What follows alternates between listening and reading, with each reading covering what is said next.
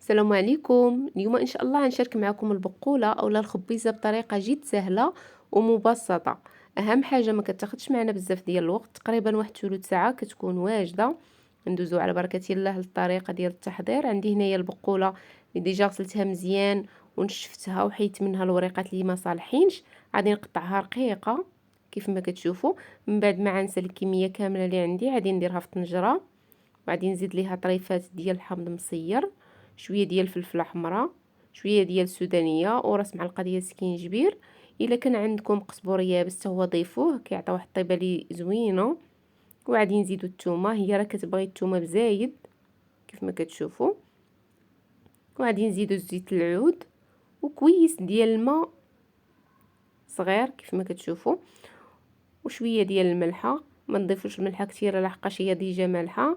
وغادي نسدو عليها لمده ربع ساعه العافيه مهيله.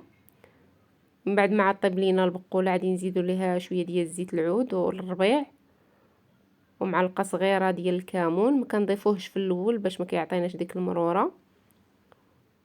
وغادي نزيدو نص حامضه معصوره، العصير ديالها كيف ما كتشوفوا.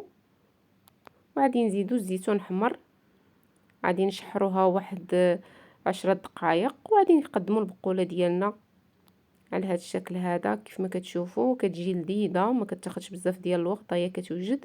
كنتمنى ان شاء الله الوصفه تنال اعجابكم وتجربوها، وبصحه والراحه.